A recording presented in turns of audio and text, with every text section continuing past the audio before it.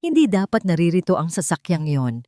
Sa baybayin ng Bicol, kung saan ang bawat umaga ay sinasalubong ng amoy ng alat at ng tunog ng mga bangkang humahampas sa dalampasigan, ang itim na sedan ay isang itim na perlas na naligaw sa buhanginan.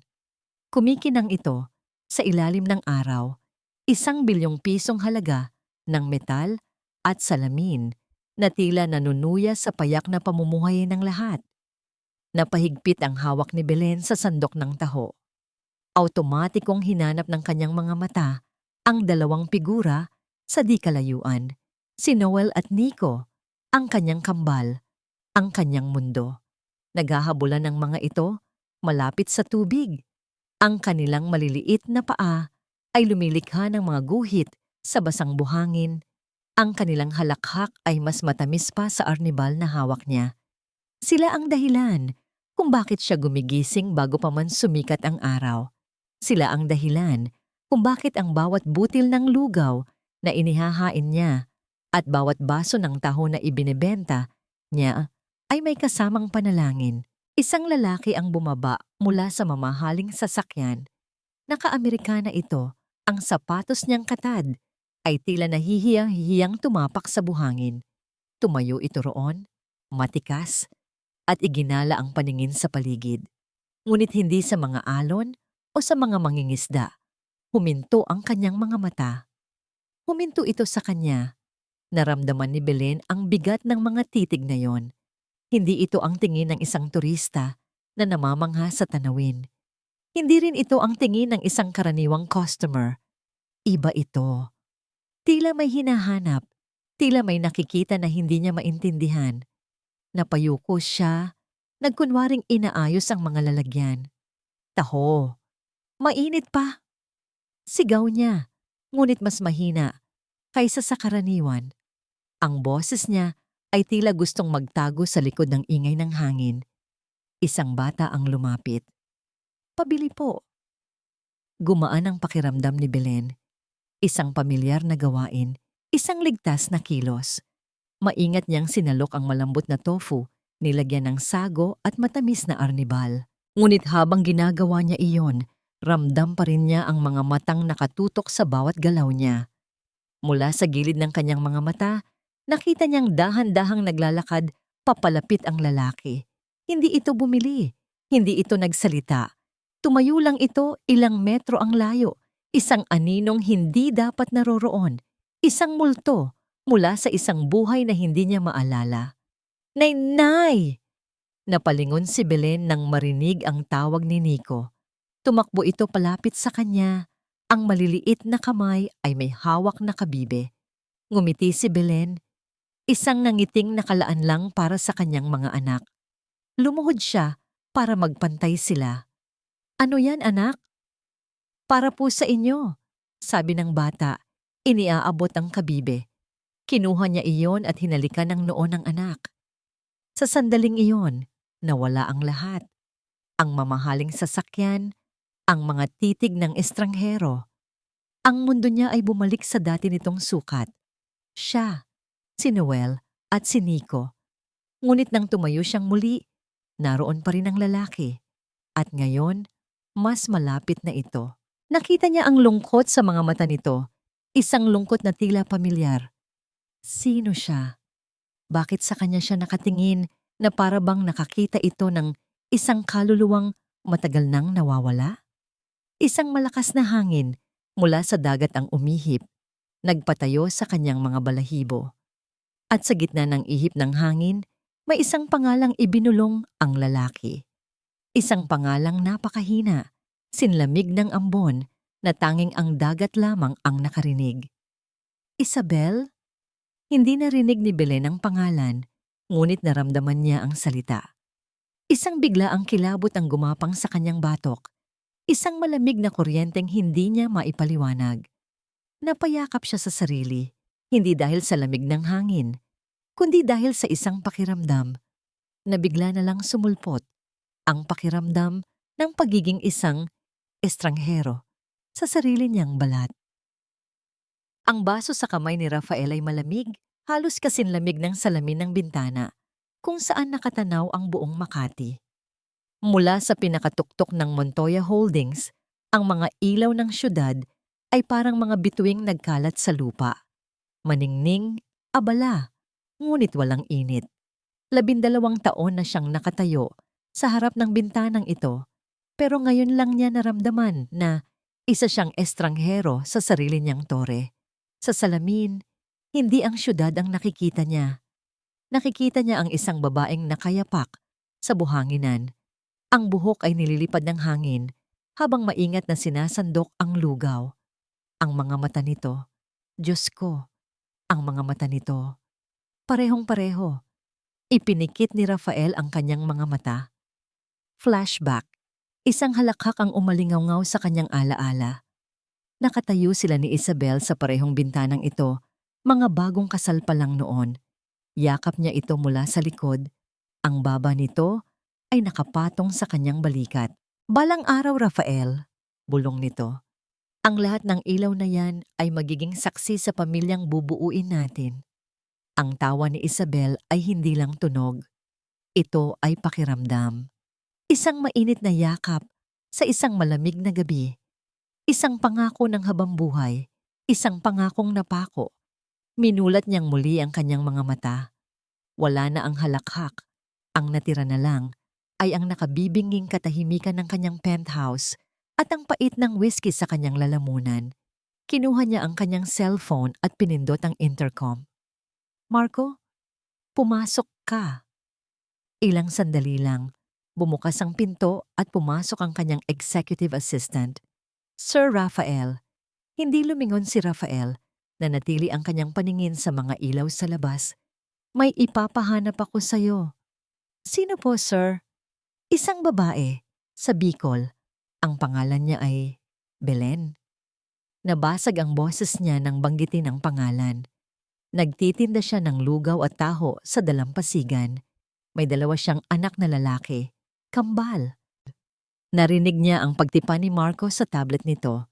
Ano pa po ang impormasyon na meron kayo, sir? Umiling si Rafael kahit hindi siya nakikita ni Marco. Wala na. Iyon lang. Gusto kong malaman ang lahat tungkol sa kanya. Saan siya galing? Gaano na siya katagal doon?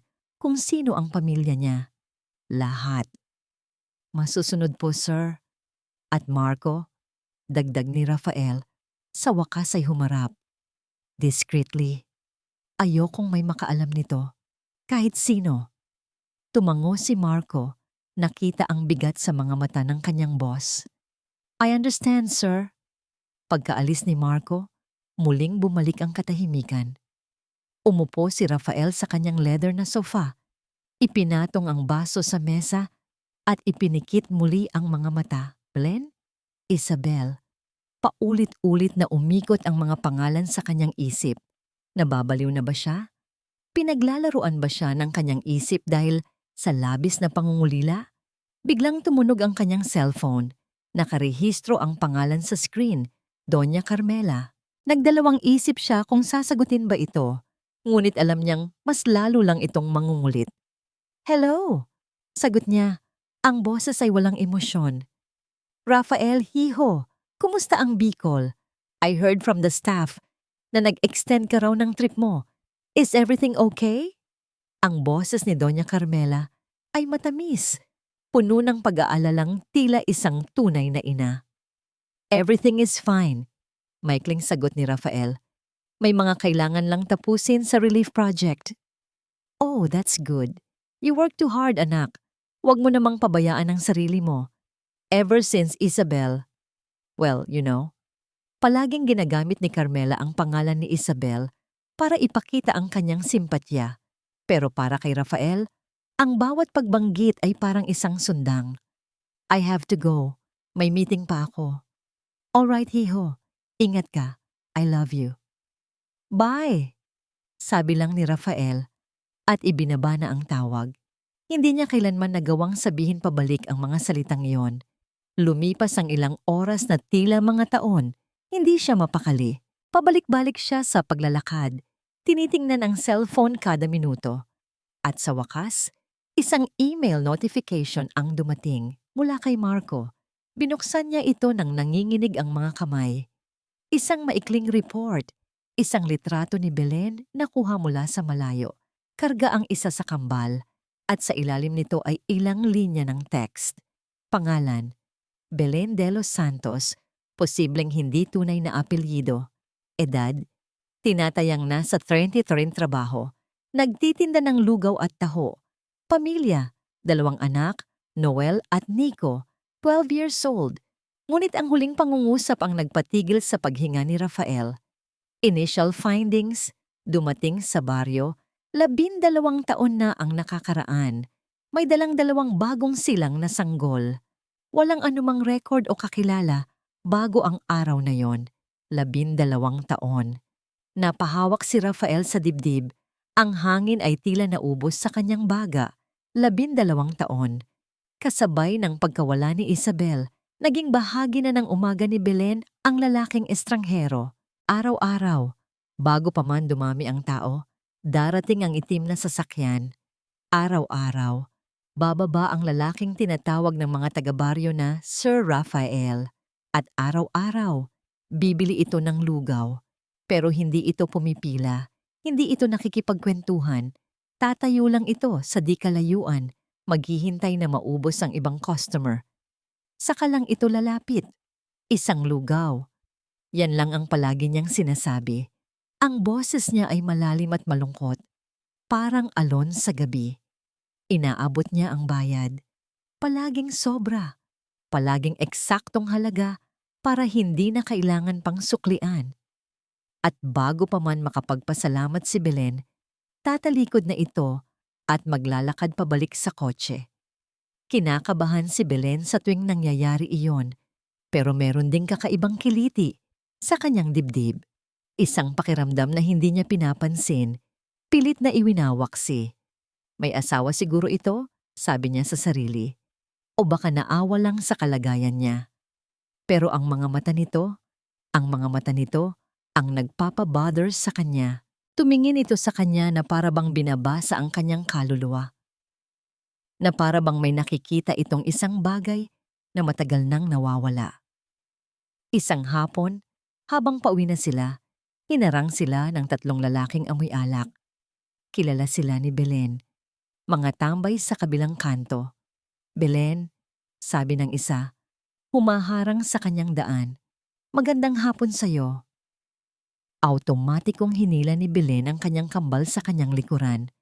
Padaanin ninyo kami. Teka muna, sabi ng lalaki. Ngumingisi. Narinig namin, malakas daw ang benta mo ngayon. Baka naman pwedeng magpainom ka muna. Wala akong perang ibibigay sa inyo. Hindi yan ang pagkakarinig ko. Sabi naman ng isa pa. Ang sabi, may utang ka raw sa amin. Kumunot ang noo ni Belen. Wala akong utang kahit kanino. Meron, giit ng lalaki, humakbang palapit. At kung hindi ka makakabayad, baka itong mga paninda mo na lang ang kunin namin. Naramdaman ni Belen ang panginginig ng mga kamay ni Noel at Nico sa likod ng kanyang palda. Nag-init ang kanyang mga mata sa galit. Huwag na huwag ninyong gagalawin yan. At sinong magtatanggol sa'yo? Tanong ng lalaki. Itutulak na sana ang kanyang balikat. Ngunit bago pa man dumapo ang kamay nito, isang anino ang tumakip sa kanila. Hindi nila napansin ang pagparada ng itim na sedan sa kalsada. Nakatayo roon si Rafael. Hindi ito nagsasalita. Nakapamulsa lang ito. Ang suot na mamahaling relos ay kumikinang. Hindi ito tumingin sa mga lasing. Ang mga mata niya ay nakatuon lang kay Belen. Ngunit ang presensya niya ay sapat na. Ang bigat ng kanyang titig, ang katahimikan ng kanyang tindig, ay mas matindi pa sa anumang sigaw. Napansin ng mga lasing ang pagdating ng isang pulis na nagpapatrolya sa di kalayuan. Biglang senyasan ni Rafael ang pulis, isang bahagyang tango lang ng ulo. Nagkatinginan ang mga lasing, biglang nawala ang tapang. Sa susunod na lang, sabi ng isa, at mabilis na silang umalis. Naiwan si Belen na nakatayo roon. Ang puso niya ay dumadagundong. Dahan-dahan siyang lumingon kay Rafael. Nakatayo pa rin ito sa parehong pwesto, ilang metro ang layo. Ang mga mata nila ay muling nagtagpo. Sa pagkakataong yon, walang lungkot sa mga mata ni Rafael. Ang nakita ni Belen ay pag-aalala. Isang dalisay na pag-aalala. Walang salitang namutawi sa kanilang mga labi. Bahagya niyang itinango ang kanyang ulo. Isang pasasalamat na walang tunog. Tumango rin ito pabalik isang beses lang bago tumalikod at sumakay sa kanyang sasakyan. Pinanood niya itong umalis hanggang sa maging isang tuldok na lang ito sa dulo ng kalsada. Nang gabing iyon, habang hinahaplos niya ang buhok ng kanyang mga anak para makatulog, biglang nagsalita si Noel. Ang boses nito ay mahina. Halos isang bulong lang sa gitna ng dilim. Nay, yung lalaki po ba kanina? Huminto ito sandali, tila naghahanap ng tamang salita. Ang tatay namin? Natigilan si Belen. Ang tanong ay parang isang malaking bato na ibinagsak sa isang tahimik na lawa. Lumilikha ng mga alon na hindi niya alam kung paano patitigilin. Ang mga ngiti ni Doña Carmela Montoya ay kasing perpekto ng mga perlas na nakasabit sa kanyang leeg. Nakatayo siya sa entablado sa gitna ng isang bulwagang puno ng pinakamayayamang tao sa Pilipinas. Ang bawat ilaw ng kamera ay nakatutok sa kanya. Ang bawat palakpak ay musika sa kanyang pandinig. Isa itong charity ball para sa mga batang ulila. Isang proyektong malapit daw sa kanyang puso. Ang pamilya, sabi niya sa mikropono. Ang boses ay puno ng sinseridad na pinraktis niya ng libu-libong beses sa harap ng salamin. Ay ang pinakamahalagang pundasyon ng ating lipunan. Ito ang ating kanlungan. Ito ang ating lakas. Nagpalakpakan ang mga tao. Ngumiti siya. Isang ngiting umaabot sa kanyang mga mata, pero hindi sa kanyang kaluluwa. Pagbaba niya ng entablado, sinalubong siya ng mga papuri. You're an inspiration, Doña Carmela. Napakabuti po ng inyong puso. Salamat. Sagot niya sa bawat isa. Ang kanyang pagkilos ay mahinhin at puno ng kababaang loob. Ngunit nang makarating siya sa kanyang pribadong silid sa likod ng bulwagan, ang maskara ay unti-unting natanggal. Bakit malamig ang kape ko? Bulyaw niya sa isang katulong. Ang boses niya ay hindi na matamis, kundi matalas na parang yelo. Ilang beses ko bang sasabihin sa'yo na ayoko ng malamig na kape? Inutil. Nanginginig na kinuha ng katulong ang tasa. Sorry po, ma'am. Umalis ka sa harap ko, sabi niya. Hindi man lang ito tinitingnan. Umupo siya sa isang silyang balahibo, minasahe ang kanyang sentido. Nakakapagod ang magpanggap, pero ito ang buhay na pinili niya. Ang imahe ng isang perpektong matriarch, isang mapagmahal na ina, isang pilantropo, isang imaheng pinaghirapan niyang buuin, isang imaheng handa siyang ipaglaban kahit anong mangyari. Biglang nag-vibrate ang kanyang cellphone. Isang unknown number. Alam niya kung kanino galing.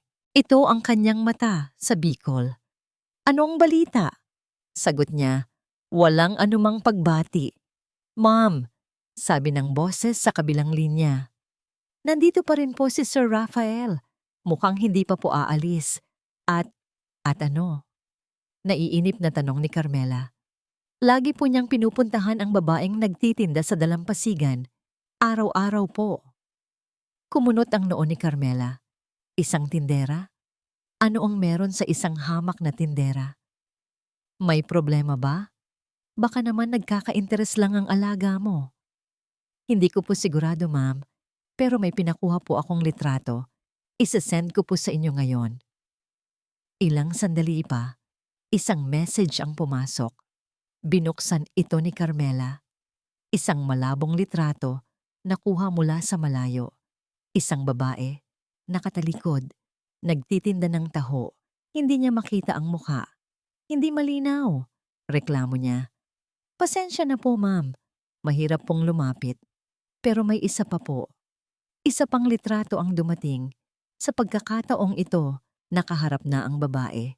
Nakangiti ito sa isang batang bumibili. Hindi huminga si Doña Carmela. Ang ngiti, ang hugis ng mga mata, ang paraan ng pagtali ng buhok. Hindi, hindi maari. Pamilyar, masyadong pamilyar. Isang malamig na takot ang gumapang sa kanyang dibdib. Isang takot na 12 taon na niyang ibinaon sa limot.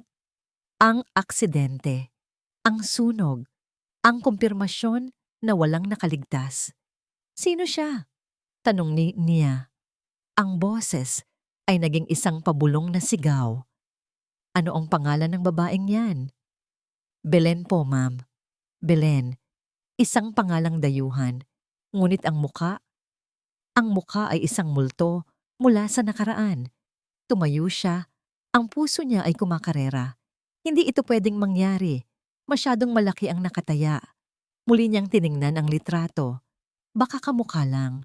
Maraming magkakamukha sa mundo. Pero ang pakiramdam niya ay hindi nagsisinungaling. Ang panganib. Ang biglaang pagbilis ng kanyang pulso. Tinawagan niyang muli ang kanyang tauhan. Huwag mo siyang aalisin sa paningin mo. Utos niya. Ang boses ay seryoso at walang bahid ng pagpapanggap. Alamin mo ang lahat tungkol sa babaeng yan. Bawat galaw niya, bawat taong kausap niya, bawat hininga niya, ibalita mo sa akin. Pagkababa niya ng telepono, huminga siya ng malalim. Sinusubukang pakalmahin ang sarili. Isa lang itong pagkakataon. Walang dapat ikabahala. Patay na si Isabel. Siya mismo ang kumumpirma. Ngunit habang tinitingnan niya ang sarili sa salamin, ang perpektong imahe ni Doña Carmela Montoya, may isang bahagi sa kanya na kinakabahan. Dahil kung totoo ang hinala niya, ang multong akala niya'y matagal nang nailibing ay bumangon mula sa kanyang puntod. Dumating ang ulan ng walang pasabi. Isang hapon, ang kaninang maaliwalas na langit ay biglang tinakpan ng maitim na ulap. Ang hanging kanina'y banayad ay naging isang halimaw na humahagupit sa mga puno ng niyog. Ang dagat na kanina'y kalmado ay naging marahas. Ang mga alon ay galit na humahampas sa dalampasigan. Nakatayo si Rafael sa loob ng kanyang air-conditioned na hotel room, pinapanood ang pagbuhos ng ulan. Ngunit ang isip niya ay nasa isang maliit na kubo na ilang kilometro lang ang layo mula ay roon. Ang kubo ni Belen. Nakita niya ito kanina. Gawa sa pinagtagpi-tagping kahoy at yero, mukhang anumang oras ay kayang tangayin ng malakas na hangin. Paano kung tumutulo na ang bubong nito? Paano kung nilalamig na ang mga bata? Hindi niya natiis. Kinuha niya ang susi ng kanyang kotse at ang kanyang cellphone. Isang tawag lang ang ginawa niya. Marco, I need a team. Mga karpintero. Ngayon na. Pero sir, napakalakas po ng ulan. I don't care. Sabihin mo. Bahagi ito ng Montoya Holdings Community Outreach Program, isang emergency relief operation para sa mga nasalanta ng biglaang sama ng panahon. Bayaran mo sila ng triple, basta't makapunta sila doon sa loob ng 1 oras. Hindi na nagtanong pa si Marco. Yes, sir. Habang nagmamaneho si Rafael sa gitna ng malakas na ulan, ang puso niya ay parang nakikipagkarera sa mga patak na humahampas sa kanyang windshield. Nang makarating siya sa baryo, halos wala nang makita sa daan, pero kabisado na niya ang liko papunta sa kubo ni Belen. Mula sa malayo, natanaw niya ang maliit na ilaw mula sa isang gasera sa loob ng bahay. Huminto siya sa tapat nito. Ilang saglit siyang nanatili sa loob ng kotse. Pinapanood ang anino ng isang babae sa bintana. Ang anino ni Belen, niyayakap ang 2 maliliit na anino. Ang kanyang mga anak. Isang damdamin ang pumiga sa kanyang dibdib. Isang halo ng panghihinayang, pagsisisi, at isang matinding pagnanais na protektahan ang mga taong nasa loob ng bahay na yon. Hindi nagtagal. Dumating ang isang van na may dalang mga gamit at ilang trabahador na nakakapote. Si Rafael mismo ang unang bumaba, hindi alintana ang mabasa. Kumatok siya sa pinto. Ilang sandali ng katahimikan, bago ito dahan-dahang bumukas, sumilip si Belen. Ang mukha ay puno ng pagtataka at pag-aalala. Sa likod niya nakakapit ang kambal sa kanyang palda. Sir Rafael? Belen, sabi ni Rafael. Ang boses ay halos hindi marinig dahil sa lakas ng ulan. Pasensya na sa abala. Bahagi ito ng relief efforts ng kumpanya. Nakita naming mukhang hindi matibay ang bubong ninyo. Nandito kami para ayusin. Tiningnan ni Belen ang mga lalaking nasa likod ni Rafael pagkatapos ay tumingin sa bubong nilang kanina pa tumutulo sa dalawang sulok. Pero, hindi po kailangan. Hayaan niyo na kami. Pilit ni Rafael. Ang tono ay magalang pero pinal. Para nahin sa mga bata, delikado ang ganitong panahon. Walang nagawa si Belen kundi tumango. Habang mabilis na kumikilos ang mga karpintero, pinapasok niya si Rafael at ang kambal sa loob. Umupo si Rafael sa isang maliit na bangkong kahoy. Pinagmasdan niya ang paligid. Simple, maliit, ngunit malinis. May mga drawing ng mga bata na nakadikit sa dingding. Sa isang sulok, may isang maliit na altar. Ang simple ng buhay niya ngayon. Malayong malayo sa kinang at karangyaan ng penthouse kung saan sila dati nakatira. Pero mayroon ditong isang bagay na wala sa penthouse. Init. Ang init ng isang tunay na tahanan. Gusto niyo po ng kape? Alok ni Belen, nahihiya. Huwag na. Okay lang ako. Lumapit si Noel at Nico kay Rafael. Hindi sila takot. Tila sanay na sa presensya nito. Sir, marunong po kayo gumawa ng bangkang papel? Tanong ni Nico. Ngumiti si Rafael, isang tunay na ngiti na matagal nang hindi lumalabas sa kanyang mga labi. Oo naman. Kumuha siya ng papel mula sa bag ng mga bata at nagsimulang magtupi. Sa gitna ng ingay ng ulan at ng martilyo sa bubong, sa loob ng maliit na kubo, isang kakaibang katahimikan ang namayani. Si Belen, nakaupo sa di kalayuan, pinapanood ang lalaking estranghero na naglalaro kasama ang kanyang mga anak na para bang matagal na silang magkakakilala. Nang matapos ang pagkukumpuni, umalis din agad ang mga trabahador. Naiwan muli silang apat. Salamat po, sabi ni Belen habang naghahanda ng umalis si Rafael. Salamat po talaga. Walang anuman, sagot ni Rafael. Habang isinusuot niya ang sapatos, may isang bagay sa sahig na nakaagaw ng kanyang pansin. Isang maliit na bagay na kumikinang. Pinulot niya ito. Isang kwintas. Isang simpleng silver na kwintas na may pendant na hugis buwan. Pamilyar. Masyadong pamilyar. Bigla, isang alaala ang bumalik sa kanya. Ang unang anibersaryo nila ni Isabel. Ibinigay niya rito ang kaparehong-parehong kwintas. Napigtas siguro, sabi ni Belen. Akmang kukunin ito. Pero hindi ito binitawan ni Rafael. Tinitigan niya si Belen. Ang mga mata niya ay puno ng isang tanong na hindi niya kayang bigkasin. Saan mo nakuha to? Tanong niya. Ang boses ay nanginginig. Naguluhan si Belen.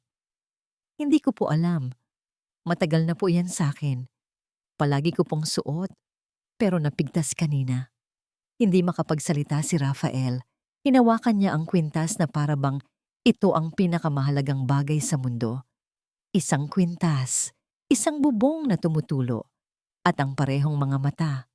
Ilang piraso pa ng palaisipan ang kailangan niyang mahanap bago niya mabuo ang katotohanan. Kinabukasan, sumikat ang araw na tila walang nangyaring bagyo.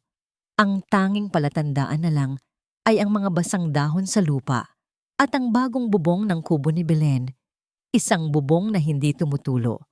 Isang bubong na bigay ng estranghero. Ang kabutihan ni Rafael ay parang sinag ng araw na tumagos sa bubong na yon. Nakakasilaw, nakakagulo ng isip, at sa unang pagkakataon, sa loob ng maraming taon, natakot si Belen na matulog. Dahil sa kanyang mga panaginip, bumibisita ang isang mundong hindi niya kilala. Nang gabing iyon, muli siyang dinalaw nito. Nakatayo raw siya sa isang malaking bulwagan na may mga naglalakihang chandelier. Ang sahig ay kumikinang na parang salamin.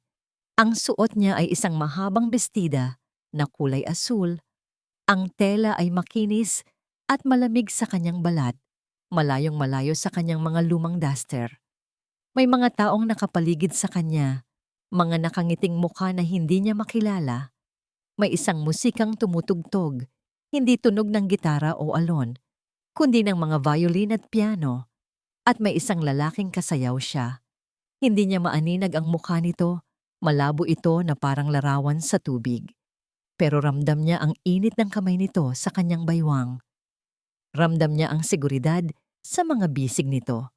At ang boses nito, nang bumulong ito sa kanyang tainga, ang boses nito ay kasing lalim at kasing lungkot ng boses ni Rafael. Nagising si Belen na humahabol ang hininga.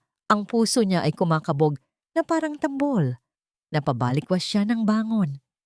Ang una niyang ginawa ay tingnan ang dalawang natutulog na anghel sa kanyang tabi, si Noel at Nico. Napayakap siya sa mga ito. Ito ang totoo. Ang amoy ng kanilang buhok, ang init ng kanilang mga katawan. Ito ang kanyang mundo. Ito lang. Ang lahat ng iba pa ay isang masamang panaginip lang. Pero bakit parang totoo?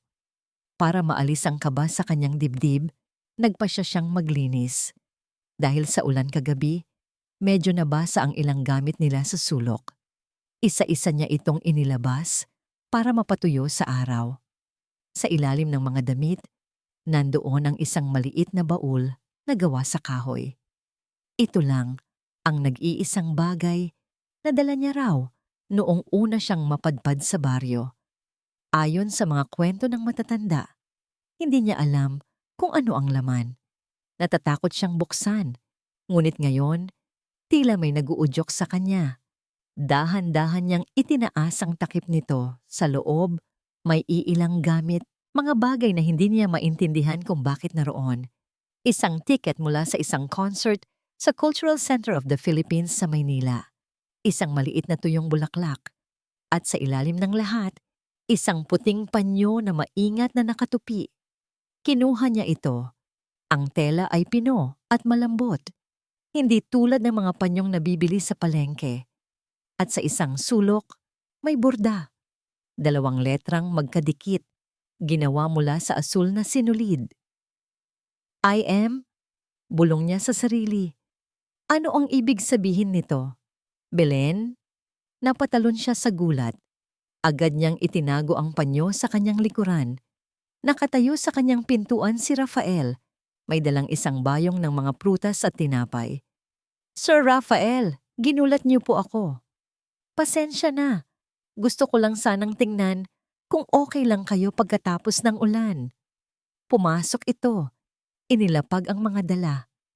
Ang mga mata nito ay napako sa baul na nakabukas. Ano yan? Wala po. Mga lumang gamit lang. Nahihiya niyang sabi.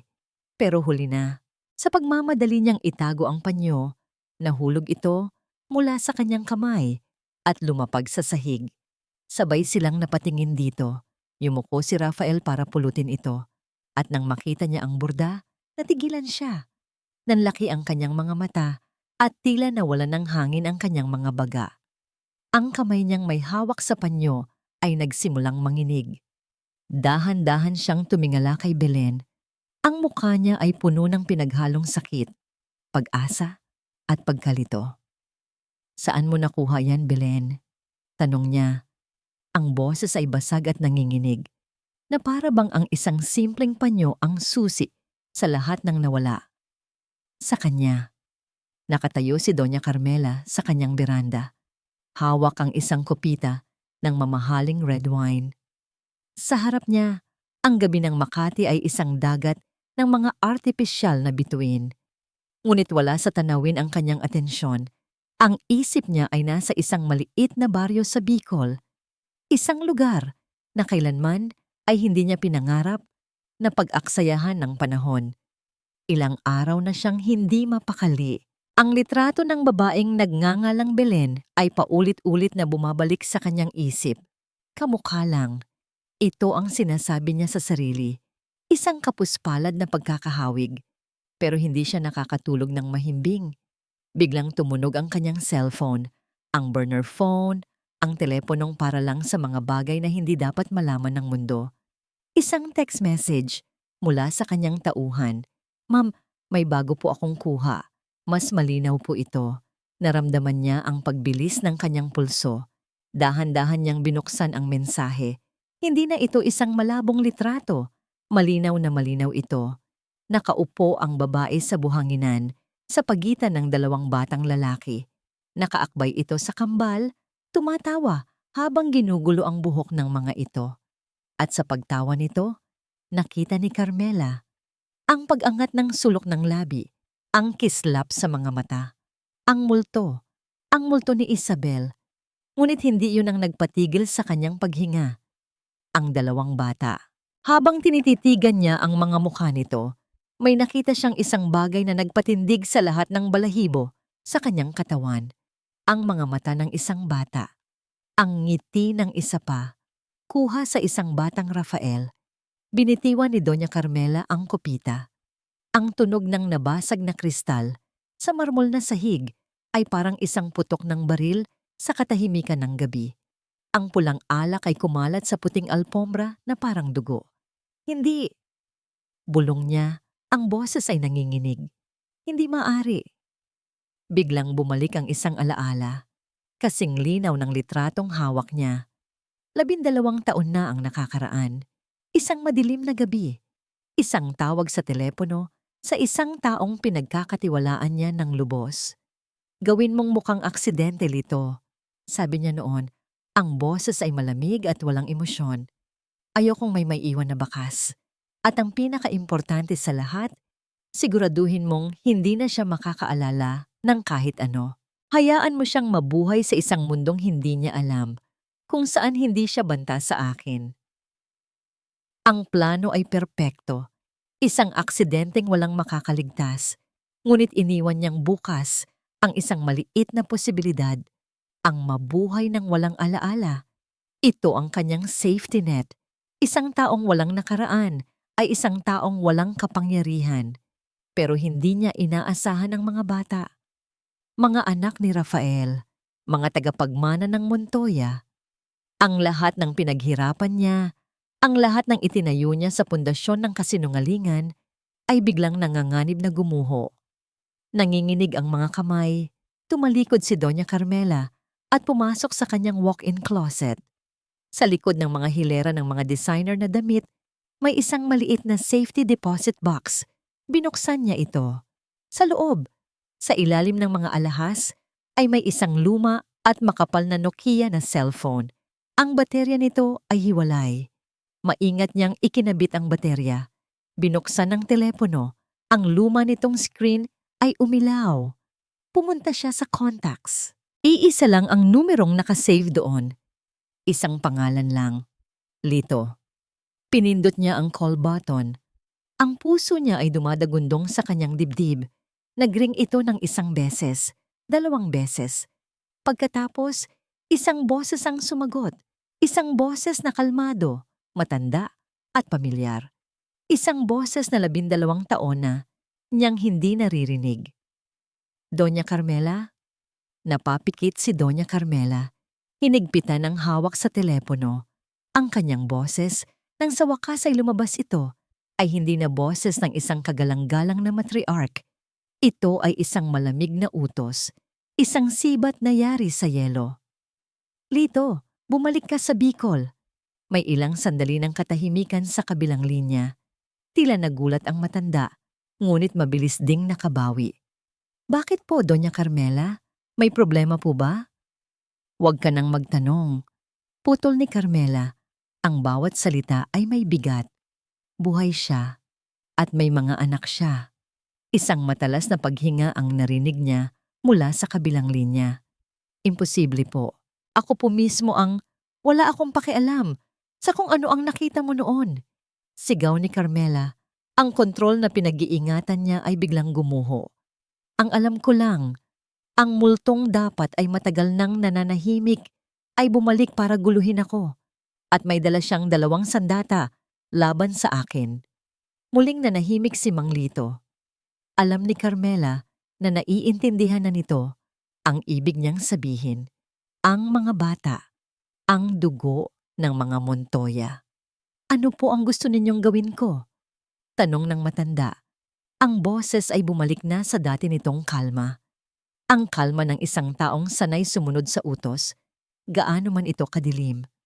Humakbang si Doña Carmela pabalik sa beranda. Tumingin siya sa basag na kupita at sa kumakalat na alak sa sahig. Isang gulo na kailangang linisin. Simple lang, Lito, sabi niya. Ang boses ay halos isang bulong na puno ng kamandag. Tapusin mo na. Ang hindi mo natapos 12 taon na ang nakakaraan. Lumipas ang ilang araw at unti-unting bumabalik sa normal ang lahat para kay Belen. O iyon ang pilit niyang sinasabi sa sarili. Ang lalaking nagngangalang Rafael ay hindi na muling nagtanong tungkol sa panyo. Kinuha lang niya ito. Tinitigan ng matagal na para bang hawak nito ang lahat ng sagot sa mundo. At pagkatapos ay tahimik na umalis. Hindi na rin ito bumalik para bumili ng lugaw. Ang itim na kotse ay hindi na muling pumarada sa dalampasigan. Isang bahagi ni Belen ang nakahinga ng maluwag, na wala na ang titig na nakakabagabag.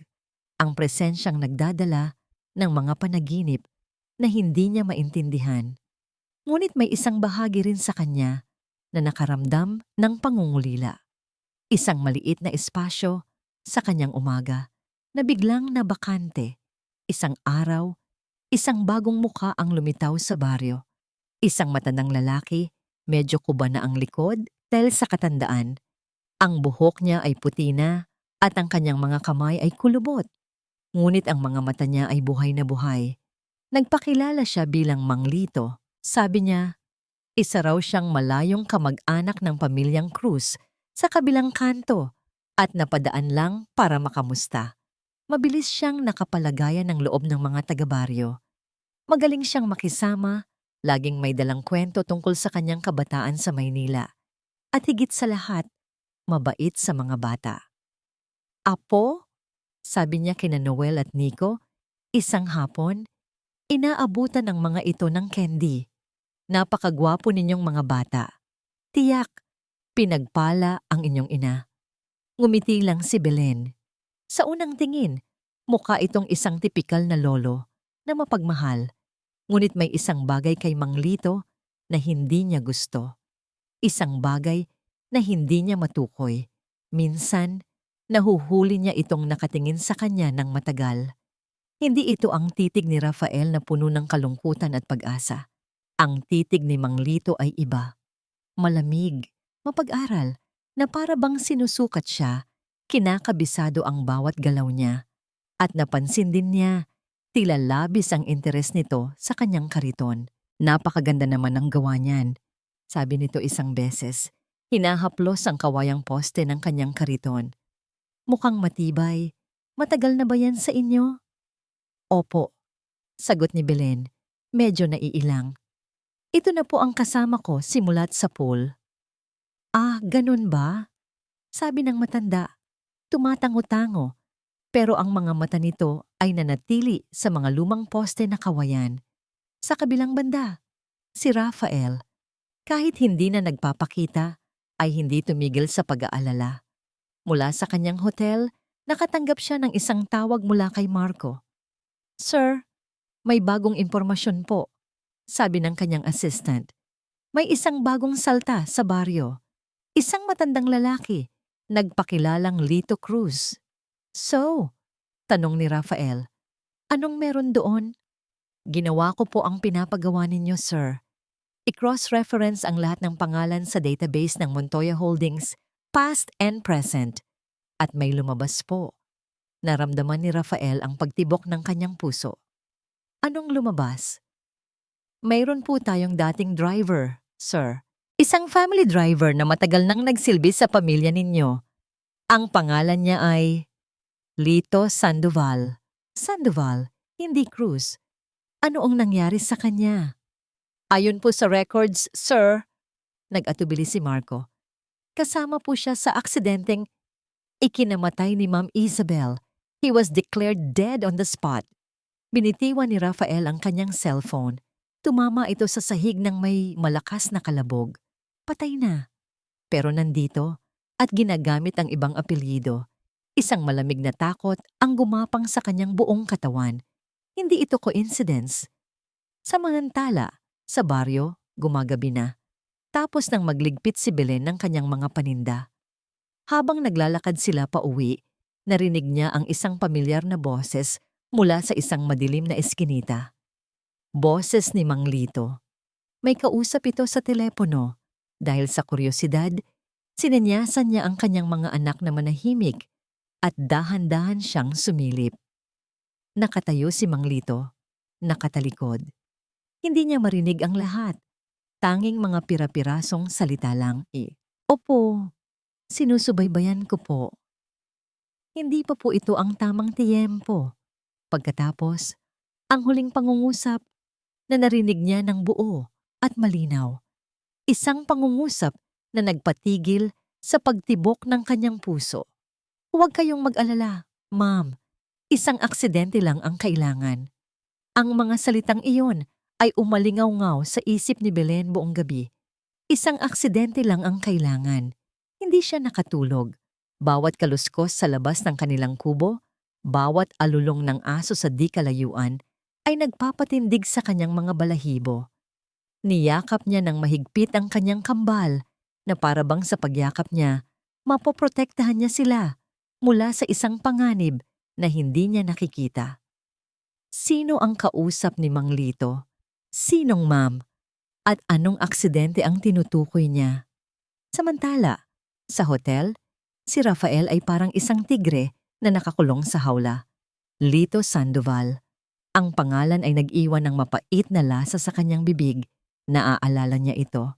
Isang tahimik na lalaki. Laging nakayuko. Pero ang pinagkakatiwala ang driver ng kanyang ama. At pagkatapos, naging driver din ni Isabel. Paano nangyaring ang isang taong idineklarang patay, 12 taon na, ang nakakaraan ay bigla na lang sumulpot sa parehong baryo kung nasaan si Belen? Hindi. Hindi ito maaari. May mali. Isang malaking pagkakamali. Kinuha niya ang kanyang cellphone, ang mga daliri ay nanginginig habang nagdadial. Belen, pabulong niyang sabi habang nagriring ang telepono. Sagutin mo. Please, sagutin mo. Ngunit walang sumasagot. Isang kidlat ang gumuhit sa kalangitan, sinundan ng isang dagundong ng kulog na yumanig sa buong gusali. Bumuhos ang ulan. Ang parehong ulan. Ang parehong bagyo. Na tila nagbabadya ng isang paparating na trahedya. Hindi na nag-isip pa si Rafael. Sinunggaban niya ang susi ng kanyang kotse at tumakbo palabas ng kwarto. Habang nagmamaneho siya na parang baliw sa gitna ng unos, bawat metro ng daan ay parang 1 kilometro. Ang mga puno ay yumuyuko sa lakas ng hangin. Ang kalsada ay halos hindi na makita. Ngunit sa kanyang isip, iisa lang ang imahe.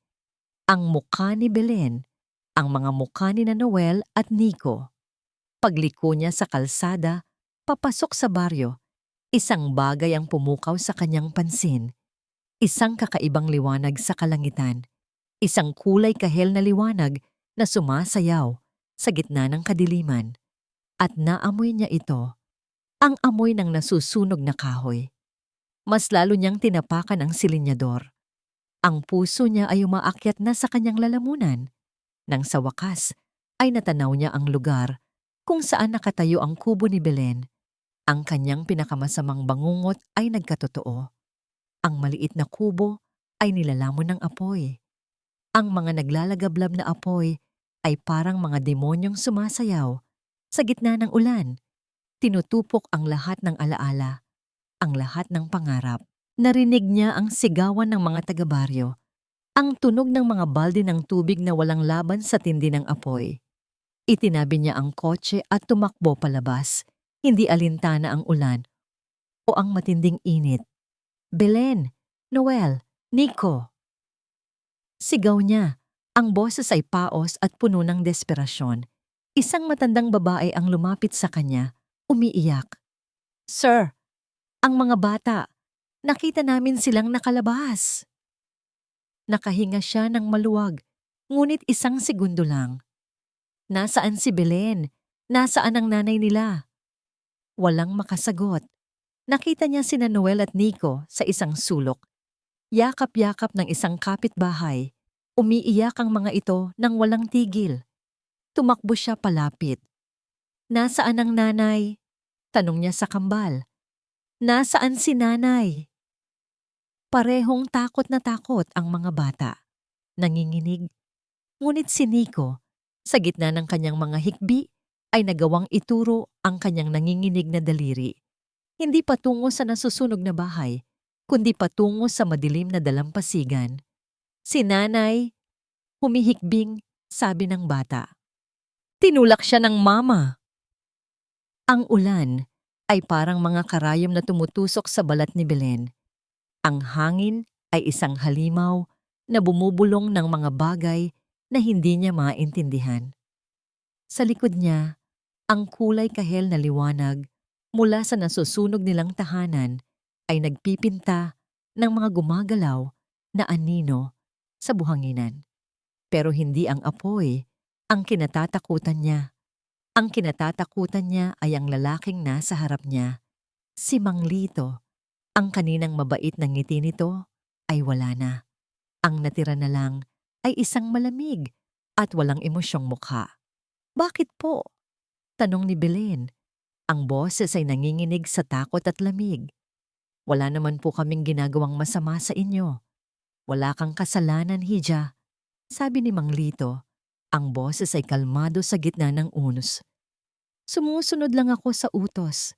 Hinawakan nito ang kanyang braso. Mahigpit, masakit. Halika na. Kailangan na nating umalis dito bago pa may makakita sa atin. Sinubukan ni Belen na pumiglas. Hindi ako sasama sa'yo. Ang mga anak ko. Ang mga bata ay mananatili, sabi ni Mang Lito. Ikaw lang ang kailangan. Ang mga salitang iyon ay nagpaliyab sa isang bagay sa loob ni Belen. Isang galit na mas matindi pa sa apoy na tumutupok sa kanyang bahay. Ang instinto ng isang ina. Ibinuhos niya ang lahat ng kanyang lakas. Itinulak niya ang matanda. Sinipa. Kinagat. Nabitawan siya nito. Tumakbo siya. Pero mas mabilis ang karanasan ni Mang Lito. Nahabol siya nito sa tabi ng mga bangkang nakahimpil sa dalampasigan.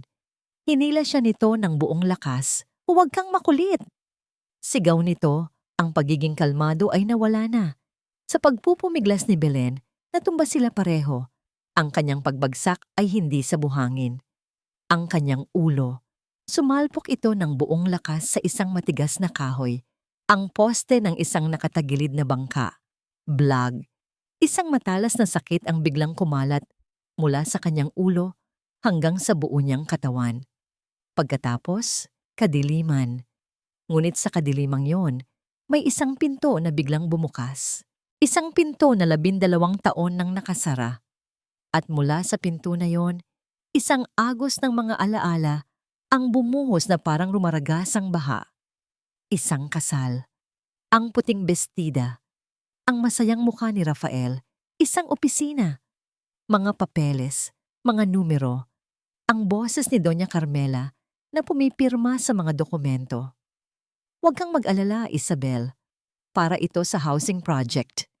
Isang gabi. Siya, nag-iisa sa opisina, tinitingnan ang mga tunay na dokumento.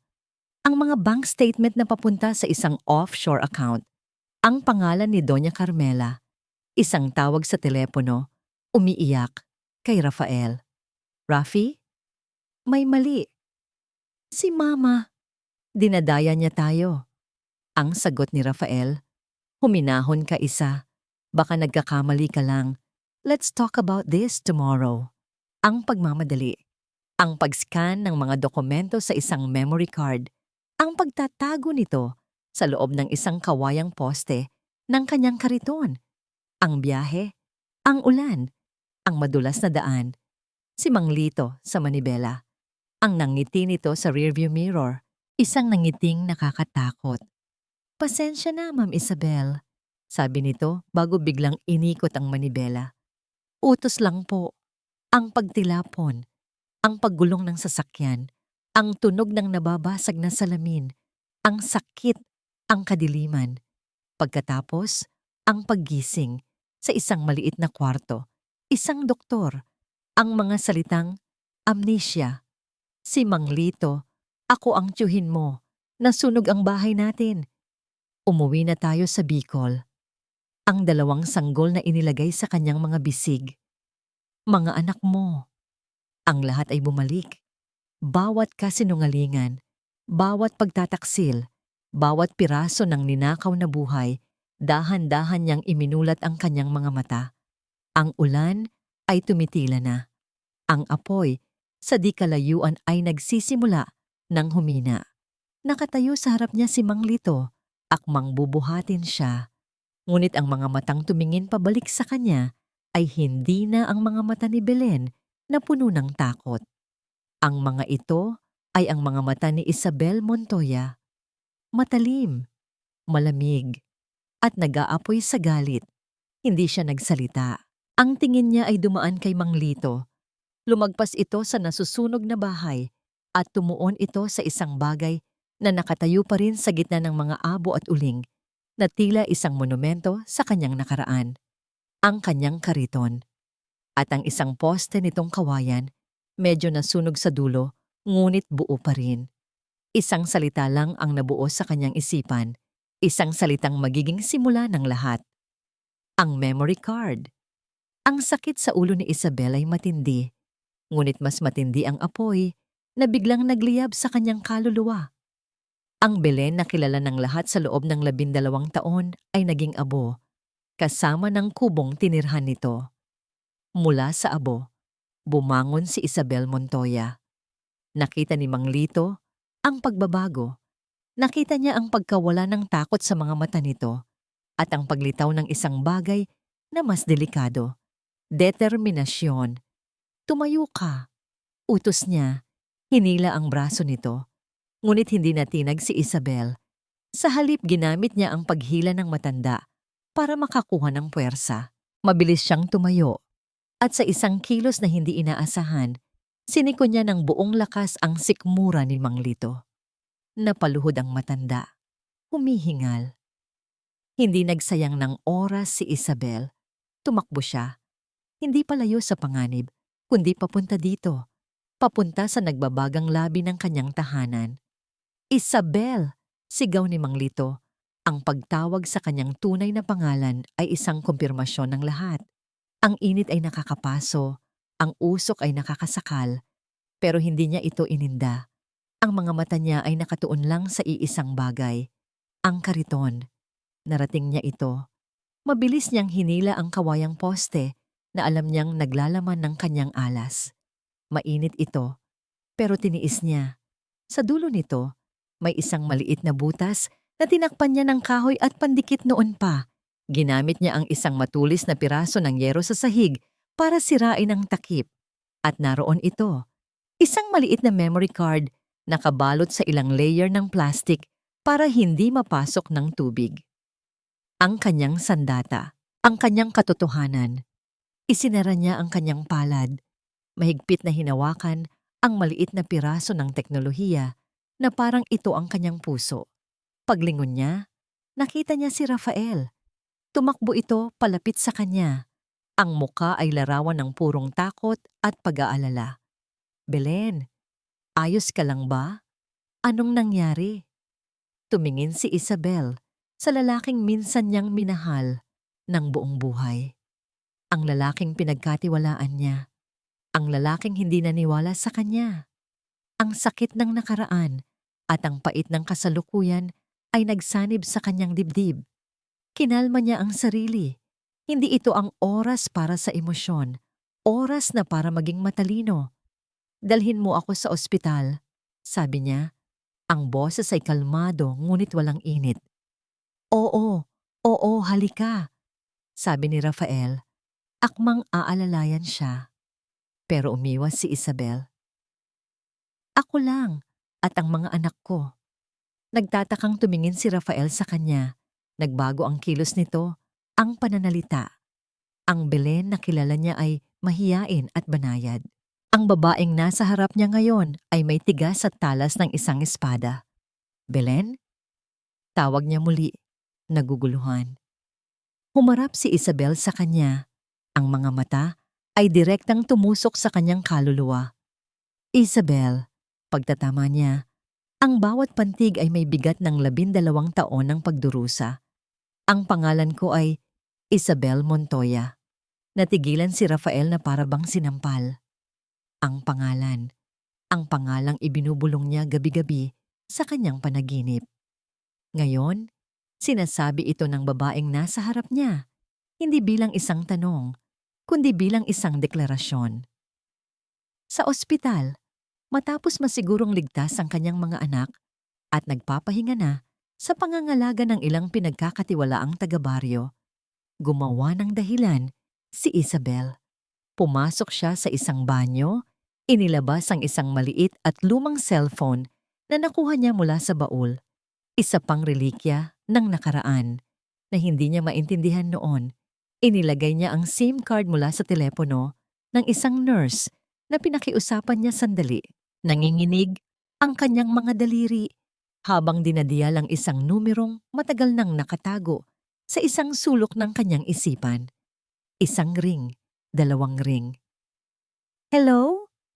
Isang boses ng lalaki ang sumagot. Isang boses na mas matanda na ngayon pero pamilyar pa rin.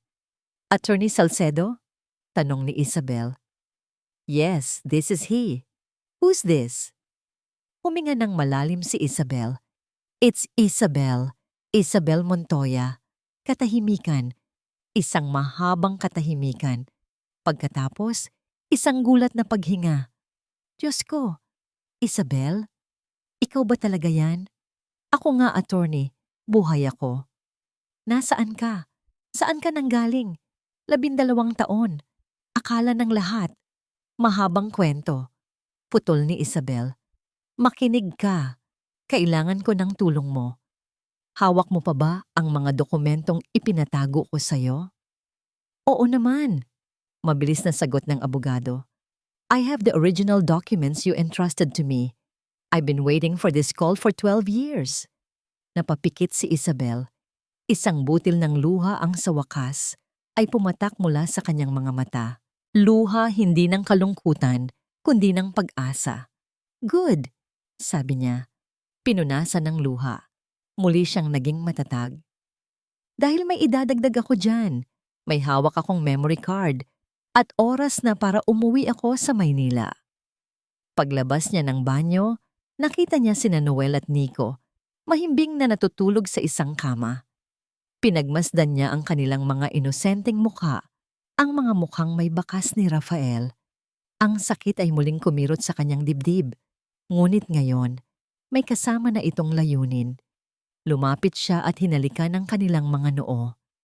Isang tahimik na pangako ang binitiwan niya. Babawiin ni nanay ang lahat ng para sa inyo. Lumipas ang 2 araw na parang isang bangungot para kay Rafael. Pagkatapos ng gabi ng sunog, dinala niya si Isabel at ang mga bata sa pinakamalapit na pribadong ospital. Isinailalim si Isabel sa mga pagsusuri at kinumpirma ng mga doktor na mayroon itong post-traumatic amnesia na tila biglang nag-reverse dahil sa tinamong head injury. Pero para kay Rafael, hindi iyon isang medical diagnosis. Isa yung hatol. Ang babaeng kaharap niya ngayon ay si Isabel sa pangalan at mukha, pero isang estranghero sa kilos at kaluluwa. Ang Belen, na may mahiyain ngunit mainit na ngiti, ay wala na. Ang pumalit ay isang reyna na yari sa yelo. Ang mga mata ay may pader na hindi niya kayang akyatin. Sinubukan niyang kausapin ito, paulit-ulit. Isa, tawag niya, gamit ang palayaw, na siya lang ang tumatawag dito noon. Please talk to me. Anong nangyari? Anong naaalala mo? Hindi siya tinitingnan ni Isabel. Ang atensyon nito ay nasa mga anak lang nila. Ang kailangan mong malaman, Rafael, ay niloko ka.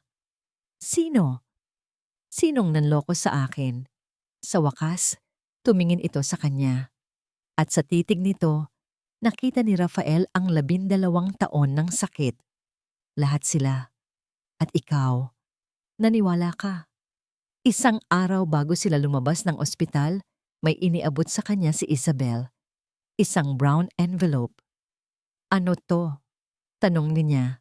Isang CP. Sagot nito, ang boses ay walang emosyon. Para hindi mo masabing hindi kita binigyan ng pagkakataon. Nanginginig ang mga kamay na binuksan ni Rafael ang envelope. Sa loob, may ilang piraso ng papel, mga kopya ng bank statement, mga kopya ng mga dokumento ng proyektong pabahay. Ang ilan sa mga ito ay may pirma niya. At sa bawat dokumento, may isang pangalan na paulit-ulit na lumalabas sa mga transaksyon. Isang pangalan na nagpadilim sa kanyang paningin. Carmela Montoya. Hindi, bulong niya. Hindi totoo to. Baka pineke lang to para siraan siya. Basahin mo, sabi ni Isabel. Ang boses ay may bahid ng pait. Basahin mo ang katotohanang pinaniwalaan mo sa loob ng 12 taon. Ang katotohanang mas pinili mong paniwalaan kaysa sa asawa mo. Ang mga salitang yon ay tumama sa kanya na parang isang malakas na sampal. Bigla niyang naalala ang huling pag-uusap nila ni Isabel sa telepono. Ang nanginginig nitong boses. Si Mama. Dinadaya niya tayo. At ang sagot niya, siya baka nagkakamali ka lang. Isang matinding pagsisisi ang bumara sa kanyang lalamunan. Bumalik siya sa Maynila ng araw na yon, dala-dala ang bigat ng isang kasalanang ngayon niya lang naiintindihan. Si Isabel at ang mga bata ay nanatili, sinabing may aasikasuhin pa. Pagdating niya sa penthouse, ang karangyaan ng lugar ay tila nanunuya sa kakanya. Dumiretso siya sa kanyang opisina, binuksan ang kanyang safe at inilabas ang mga luma at orihinal na papeles ng proyekto. Isa-isa niya itong kinumpara sa mga kopya ni Isabel. Magkaiba. Ang mga numero, ang mga account, ang mga pirma niya. Totoo. Ngunit ginamit sa mga dokumentong peke. Siya mismo ang pumirma sa sarili niyang hatol. Nang gabing iyon, hinarap niya si Doña Carmela sa hapagkainan. Kumusta ang Bicol, hiho? Tanong nito. Ang ngiti ay kasing perpekto pa rin ng dati. Nabalitaan ko ang sunog. Nakakalungkot. Mabuti't walang napahamak. Hindi sumagot si Rafael. Sa halip, inilapag niya ang mga papel sa mesa. Ano to, Ma? Nawala ang nangiti ni Carmela nang makita ang mga dokumento. Ngunit mabilis itong nakabawi. Mga lumang papeles. Anong meron dyan? Huwag na tayong maglokohan, sabi ni Rafael. Ang boses ay mababa at puno ng pigil na galit. Alam ko na ang lahat. Biglang tumulo ang mga luha sa mata ni Doña Carmela, mga luha ng isang mahusay na aktres. Rafael, anong sinasabi mo? Ano mang kasinungalingan ang sinabi sa'yo ng babaeng yon? Huwag mong babanggitin ang pangalan niya. Sigaw ni Rafael. Sa unang pagkakataon ay tinaasan niya ng boses ang babaeng kinilala niyang ina. Ang tinutukoy ko ay ang pagnanakaw mo, ang panloloko mo sa sarili mong pamilya. Umiling-iling si Carmela, humihikbi. Ginawa niya yan, Rafael. Si Isabel, ginamit ka niya. At ngayon, bumalik siya para sirain tayong muli. Anak, maniwala ka sa akin. Ako ang nanay mo. Pero sa unang pagkakataon, habang tinitingnan ni Rafael ang umiiyak na mukha ni Carmela, wala na siyang nakitang ina. Ang nakita niya ay ang mga bitak sa perpektong maskara. Ang desperasyon sa mga mata nito. Tumayo si Rafael. Ang pagkalito niya ay napalitan na ng isang malamig at matigas na katotohanan. Tapos na ang pagpapanggap, Ma.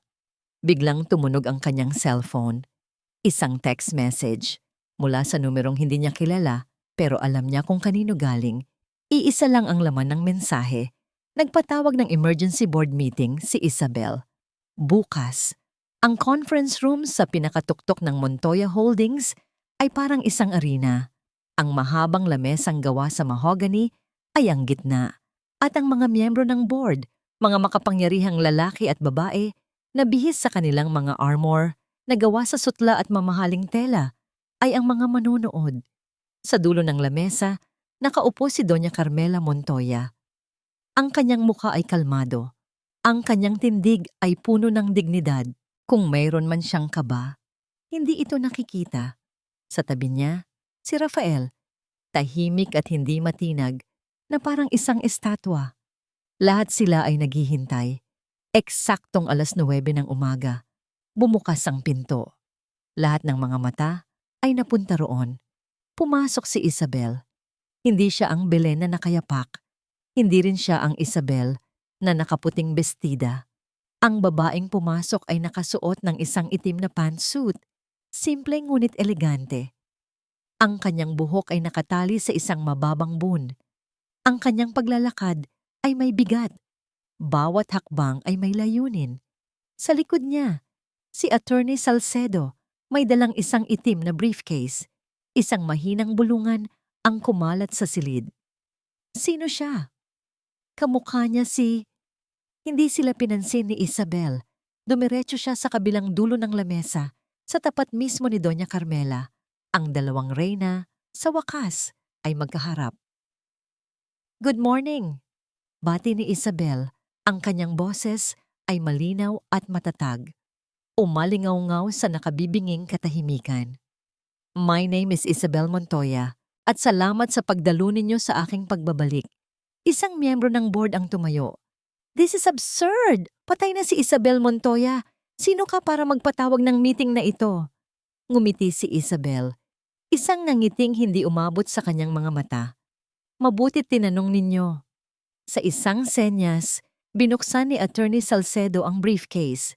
Kinuha nito ang isang laptop at ikinonekta sa malaking screen sa dingding. Ang unang lumabas sa screen ay ang marriage certificate nina Isabel at Rafael. Sumunod, ang birth certificates ng kambal na nakapirma si Rafael bilang ama. Isang kolektibong paghinga ng gulat ang narinig sa buong silid. Ako po, mga ginang at ginoo, ay buhay, sabi ni Isabel. At ako, kasama ang aking mga anak, ay may legal na karapatan sa pamanang Montoya. Ngunit hindi iyan ang dahilan kung bakit tayo naririto ngayon. Tumingin siya ng diretso kay Carmela na nanatiling hindi kumikibo. Ang muka ay parang isang maskarang porselana. Naririto tayo para sa katotohanan. Isa-isang ipinakita ni Isabel sa screen ang mga dokumento mula sa memory card. Ang dalawang bersyon ng mga financial report, ang pekeng ipinasa sa board, at ang totoong nagpapakita ng milyon-milyong pisong inililipat sa isang Swiss bank account, ang mga email, ang mga pekeng pirma. Lahat ng ito ay gawa-gawa. Biglang sigaw ni Carmela, tumatayo. Isang desperadang babae na gustong sirain ang pangalan ng pamilya namin. Talaga ba? Kalmadong tanong ni Isabel. Tumingin siya kay Attorney Salcedo. Play the recording. Isang audio file ang binuksan. Isang boses ang pumuno sa silid. Ang boses ni Doña Carmela. Malinaw na malinaw. Lito, bumalik ka sa Bicol. Tapusin mo na ang hindi mo natapos 12 taon na. Ang nakakaraan. Kung may kulay pa sa mukha ni Carmela, bigla itong nawala. Napaupo siyang muli sa kanyang silya. Nanlalaki ang mga mata. Tumingin siya sa paligid. Naghahanap ng kakampi. Ngunit lahat ng mga mata ay nakatutok sa kanya. Puno ng pagkasuklam at hindi paniniwala. At kung hindi pa yan sapat, dagdag ni Isabel, ang kanyang boses ay parang isang martilyong humahatol. Narito ang testimonya ng taong inutusan niya. Bumukas muli ang pinto. Pumasok si Mang Lito kasama ang 2 pulis. Nakaposas na ito. Siya, sabi ni Isabel, itinuon ang atensyon ng lahat sa matanda. Ang pumatay sa akin, 12 taon na ang nakakaraan. At siya rin ang sumunog sa aking tahanan, ilang araw lang ang nakalipas. Sa utos ng nag-iisang tao. Tumingin si Mang Lito kay Doña Carmela. Walang galit sa mga mata nito, tanging pagod at pagsuko. "Patawad po," sabi nito, "hindi kay Isabel, kundi sa buong board. Sumunod lang po ako. Iyon na ang huling pako sa kabaong." Nagsimulang magkagulo, sigawan, mga tawag sa telepono. Ngunit si Isabel at Carmela nakatingin lang sa isa't isa sa gitna ng kaguluhan. Sinubukang tumayo ni Carmela, sinubukang magsalita, ngunit walang boses na lumabas. Ang kanyang kapangyarihan, ang kanyang impluensya, ang kanyang perpektong imahe, lahat ay gumuho sa loob lamang ng ilang minuto. Tumingin siya kay Rafael.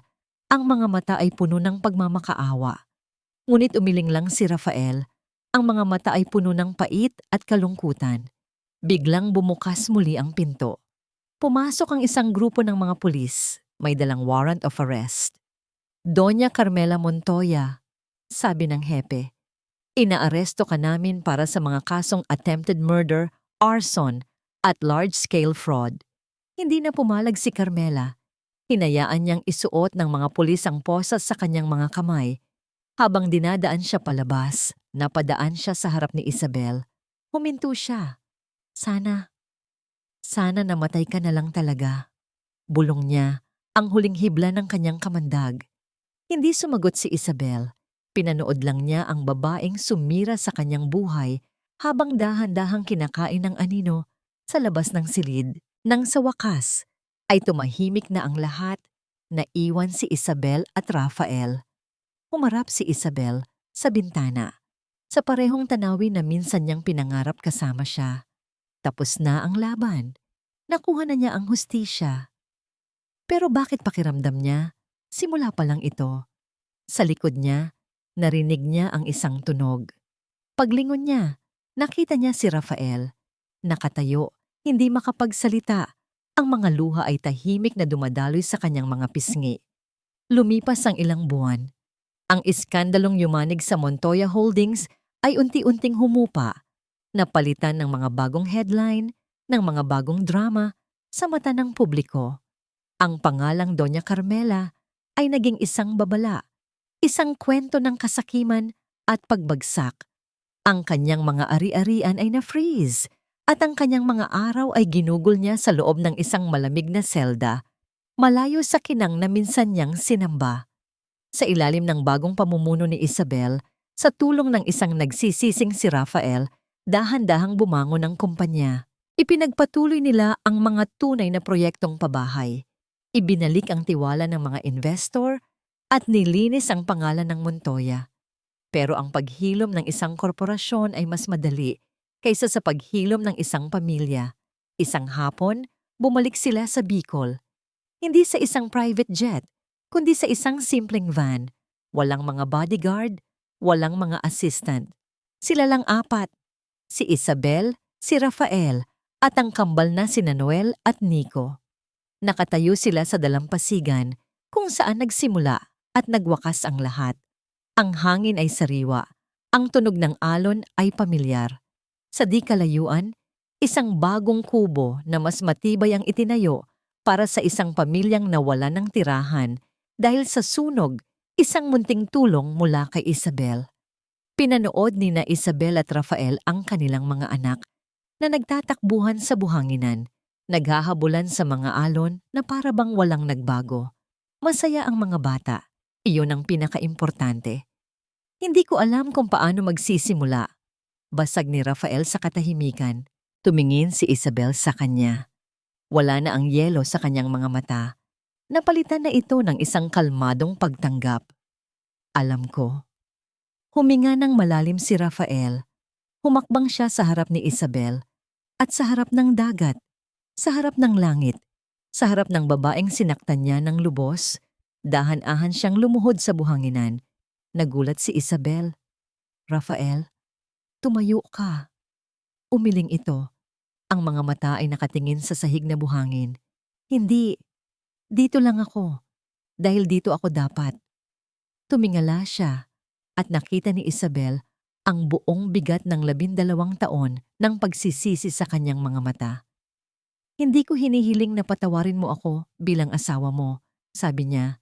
Ang boses ay basag. Alam kong wala akong karapatan. Ang sakit na idinulot ko sa'yo dahil sa kahinaan ko, sa pagiging duwag ko. Habang buhay kong pagbabayaran yon.